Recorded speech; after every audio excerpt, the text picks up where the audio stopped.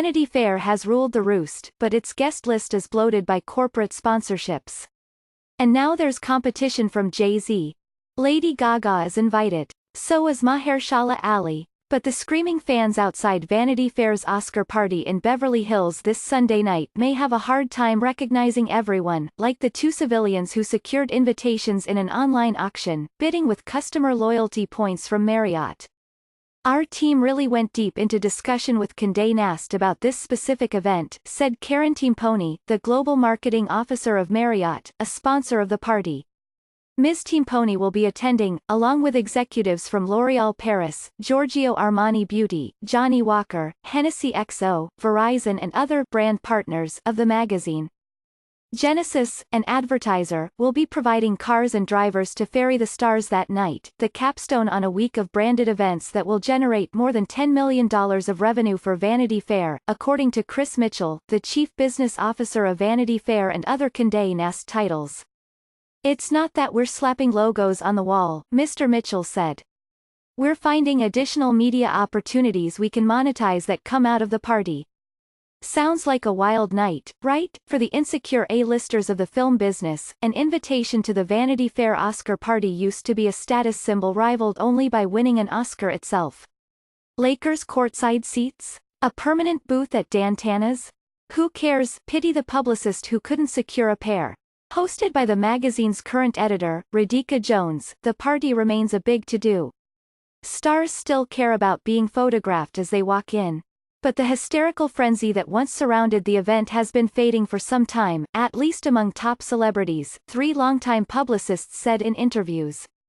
When invitations went out this year, one of my big clients asked me, "Is Vanity Fair still a hot invite?" Which tells you everything you need to know, said a partner at a top publicity firm.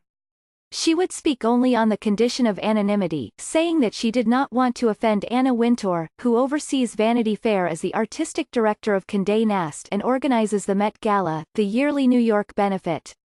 The Met Gala is basically the new Vanity Fair party, the publicist said.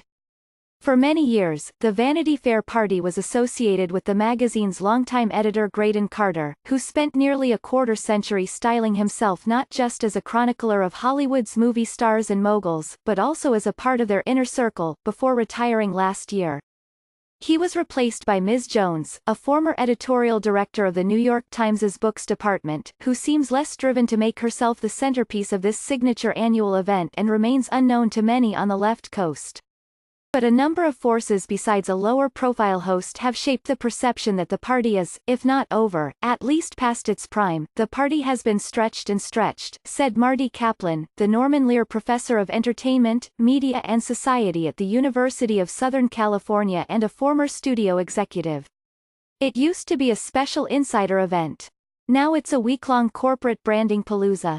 A spokeswoman for the magazine said that the notion that the Vanity Fair party is less in demand couldn't be further from the truth. The question, perhaps, is, who is demanding? The party started in 1994, but its roots really extend to the 1960s, when Irving Paul Lazar, the superagent known as Swiftie, a nickname bestowed by Humphrey Bogart, began hosting Oscar gatherings for the crème de la crème of Hollywood. The affairs bounced around before landing in 1985 at Spago, where the diminutive Swiftie, always in bug-eyed glasses, held court on Oscar night until his death in 1993.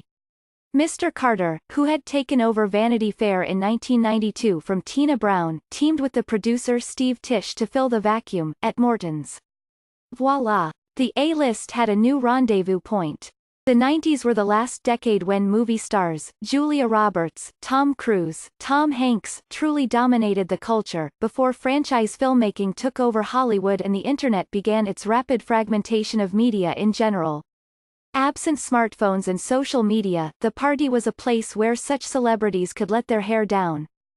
There was a time when stars could relax and be themselves at the Vanity Fair party, said Richard Rushfield, a former contributor to Vanity Fair who is now editor of The Ankler, an irreverent Hollywood newsletter. If someone pulled out a Nikon camera, they would have been tackled and buried before they made it 2 steps. Stars could feel uninhibited.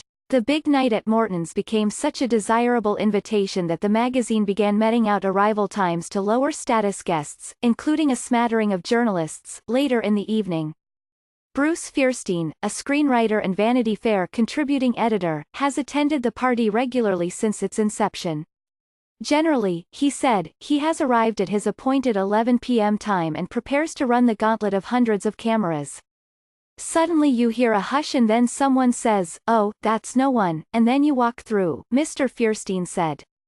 Once in the party, you look across the room and see Taylor Swift talking with Don Rickles, Tim Tebow, Mick Jagger, Monica Lewinsky and Buzz Aldrin, and you can't quite process it. There is nowhere that you will see so many famous people in one room. In 2000, wanting to capitalize on the party's success, Vanity Fair began what it called Campaign Hollywood, a schedule of events sponsored by advertisers in the days before Oscar night. Advertisers have been oozing into the party itself since at least 2002.